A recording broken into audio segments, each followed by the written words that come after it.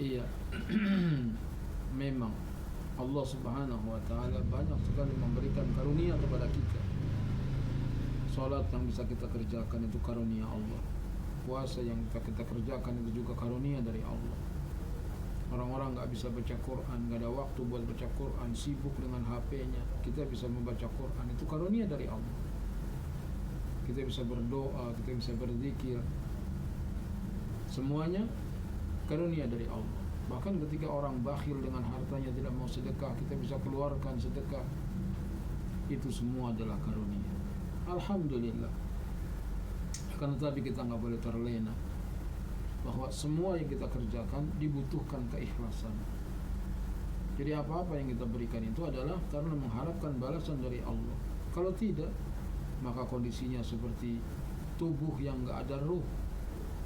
Amal itu tubuhnya, ikhlas itu ruhnya. Apabila tubuh tidak ada ruhnya, maka jadi bangkai. Mungkinkah kita persembahkan kepada Allah bangkai? Naudzubillah. Maka perhatikanlah ikhlas. Memperhatikan ikhlas yang pertama sebelum beramal, yang kedua ketika beramal, dan yang ketiga setelah beramal. Sebelum beramal, ketika kita hendak mengerjakan baca Quran misalnya, kita niatnya untuk apa nih baca Quran? Kalau ikhlas, lanjutkan. Kalau nggak ikhlas, segera perbaiki.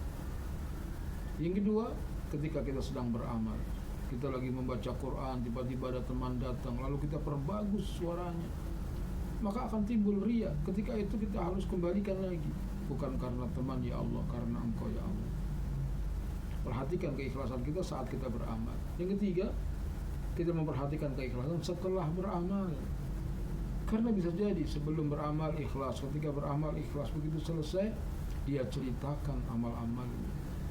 Dia tidak jaga keikhlasannya. Gak mustahil amal itu akan menjadi hapus atau gugur pahalanya. Ya memang sih ikhlas itu urusan hati, hanya Allah yang tahu. Akan tetapi bisa dirasakan.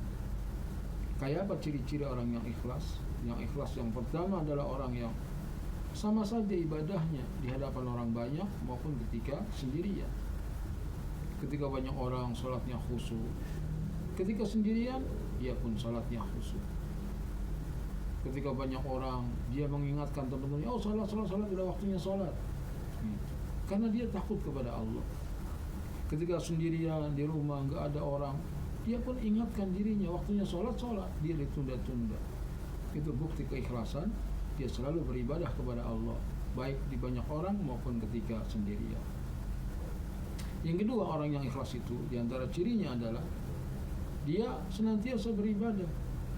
Apakah dia dicela orang, apakah dia dipuji orang. Ketika dia ibadah, dipuji-puji, dia ibadah. Ketika dia beribadah, dia dicela dan dihina, dia tetap ibadah. Sehingga disimpulkan dengan perkataan, dipuji-puji tidak terbang, dihina-hina tidak tumbang. Kemudian yang ketiga diantara ciri orang yang ikhlas adalah orang-orang yang selesai beribadah dia merasa tentram hatinya, tidak gelisah hatinya. Dia bangun masjid, dia bangun pesantren, dia bangun jalan misalnya dengan uangnya sendiri. Kemudian setelah itu dia bangkrut, habis hartanya, dia senang, dia bahagia. Dia tidak menyesal, coba kalau dulu nggak dipakai buat bangun masjid, kan masih ada duit ini gitu. Enggak. Dia senantiasa tenang setelah dia beribadah, karena dia tahu persis bahwa semua yang telah dibelanjakan di jalan Allah, pasti Allah akan memberikan balasannya. Semoga Allah Ta'ala menjadikan kita orang-orang yang ikhlas dalam beramal, karena orang yang sedang berbicara dengan keikhlasan pun bisa jadi tidak ikhlas.